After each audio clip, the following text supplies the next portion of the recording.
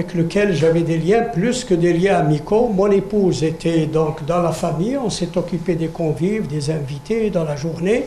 Je contribuais un petit peu dans la famille au mariage. Et le soir, les invités partis, c'était le dîner de la famille du marié, de nous tous et tout. Et là, j'avais la gorge, j'étais grippé ou j'avais une pharyngite. Vous savez, quand vous fumez, vous avez rien, c'est vraiment une brûlure que vous ressentez dans la gorge. Il y avait un dîner de mariage, un dîner amélioré, un dîner en compagnie et tout.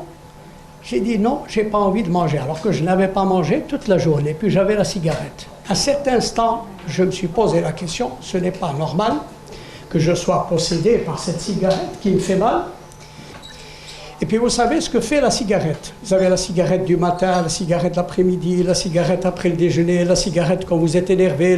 Elle est là, elle vous accompagne dans les bons moments et dans les mauvais, sans vous apporter du tout un quelconque bien. Et je me disais, pourrais-je résister? Si je m'énerve, je cherche la cigarette, ou si je suis dans un moment heureux, la cigarette. C'est absolument faux. Quand on décide d'arrêter, on décide d'arrêter. Tout ça, tout ce que l'addiction, tout ce que vous voulez, pour moi, ça ne sert à rien. Il y a une seule raison, une seule qu'on doit, la volonté. J'arrête.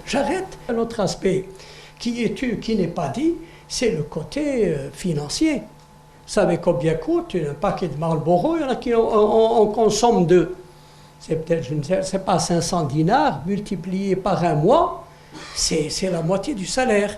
Et vous avez le père de famille qui fume, qui consomme de la cigarette, et qui, lorsque la facture d'électricité monte un peu, il crie sur les enfants, il les prive de ceci. Voilà, c'était juste pour vous livrer mon expérience. J'ai arrêté en juillet 1982 parce que j'ai décidé d'arrêter. C'est mauvais pour la santé, c'est mauvais pour mes ressources financières.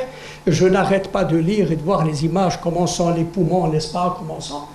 Il faut dire j'arrête. Alors maintenant, si vous voulez vous donner mon vécu, 82, ça fait bientôt 40 ans. Je n'ai pas repris une seule cigarette et je n'en reprendrai pas. Et j'invite ceux ou celles qui fument c'est une calamité, c'est un danger.